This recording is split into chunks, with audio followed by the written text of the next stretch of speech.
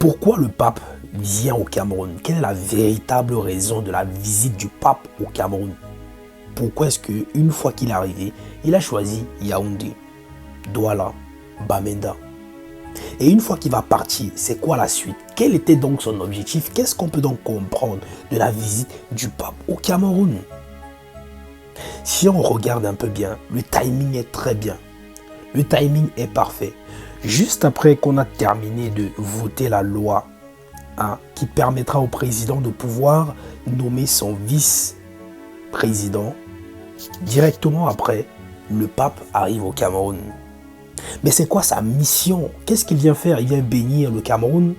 Il vient sauver les Camerounais? S'il vient pour les sauver, mais il vient pour les sauver de quoi? Quand il a fait son discours, parce que le pape a fait un discours au Cameroun, il a fait un discours où il parle de la malgouvernance, où il parle de la corruption, où il parle des différents maux qui minent la société camerounaise, et ça au nez et à la barbe du président, et ainsi que des différentes autorités camerounaises. Mais en réalité, est-ce que ce n'est pas une vérité un peu masquée? Est-ce que ce n'est pas une façon de faire semblant face aux Camerounais, de faire comme s'il avait conscience de ce que les Camerounais souffrent? Pourquoi le pape n'est pas venu depuis le début de l'année? Oui, pourquoi il n'est pas venu avant? Pourquoi il n'est pas venu avant les élections? Pourquoi il vient après les élections? Il faut bien se poser ces questions-là.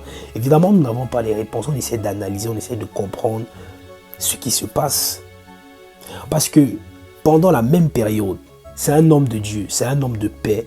Parce qu'à ce qui paraît, il vient ici pour apporter un message de paix. Parce qu'il est quand même le représentant de Dieu sur la terre. C'est lui le premier représentant de Dieu sur la terre, selon l'Église catholique.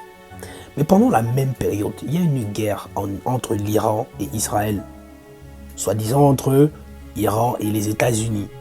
Et il y a une guerre ici entre la Russie et l'Ukraine qui dure depuis plus d'1 an, plus de 2 ans déjà je crois. Mais pourquoi est-ce que le pape n'y va pas? Pourquoi est-ce que le pape ne va pas dans ces pays-là? Pourquoi s'intéresser au Cameroun? Quel est le lien de l'Église catholique avec le Cameroun? Eh bien, lorsqu'on regarde un peu dans l'histoire, on constate que le pape, sa sainteté, les papes en général ont toujours visité le Cameroun. Et quand ils sont partis, ça ne présageait vraiment rien de bon du tout. Alors ici, loin de nous l'idée de dire que après le départ du pape, la situation au Cameroun va s'empirer. Non, là n'est pas notre propos. Nous essayons juste d'observer les faits, de les analyser tels qu'ils sont. Parce que le pape a réussi quand même quelque chose d'incroyable. Il a réussi à mobiliser juste en une visite, en 2-3 jours, il a réussi à faire ce que l'opposition camerounaise ne réussit pas à faire depuis des mois. C'est-à-dire mobiliser autant de personnes. Nous avons vu des mamans, des jeunes filles, beaucoup de femmes. C'est comme si les femmes camerounaises sont sorties, comme si elles étaient cachées quelque part et elles sont venues pour voir juste le pape, juste pour le voir. Mais jusqu'à présent, nous questionnons la mémoire des Camerounais. Chers Camerounais, comment est-ce que vous pouvez oublier 400 ans d'esclavage? Nos ancêtres, ceux qui nous précèdent, ont été torturés par les puissances impérialistes qui ont usé de l'Église catholique pour mieux nous manipuler psychologiquement. Et une fois qu'on comprend donc que l'Église catholique, donc la foi chrétienne, c'est un outil qu'on utilise pour mieux emprisonner l'esprit des Noirs en général. Parce que en Europe, beaucoup d'Européens ne vont pas à l'église. Mais pourquoi ils ne se concentrent pas ici à réformer leur ministère et à redonner la même ferveur, le même goût de l'église catholique aux Européens? Non, ils ne le font pas. Ils savent qu'en Afrique, nous sommes encore très friands. Comment est-ce que vous pouvez aimer le représentant de votre bourreau? Parce que oui, l'église catholique a acquiescé l'esclavage. Ils sont co-responsables. Parce que, à l'image par exemple du roi Léopold II qui s'est servi de l'église catholique pour pouvoir mieux manipuler les Noirs. Il y a encore son discours, vous pouvez aller regarder, vous allez voir les atrocités qu'il exprime lorsqu'il dit « Ne leur parlez pas de Dieu et ne leur dites pas de faire ci ou ça parce qu'ils connaissent déjà Dieu. Son discours est là, c'est clair.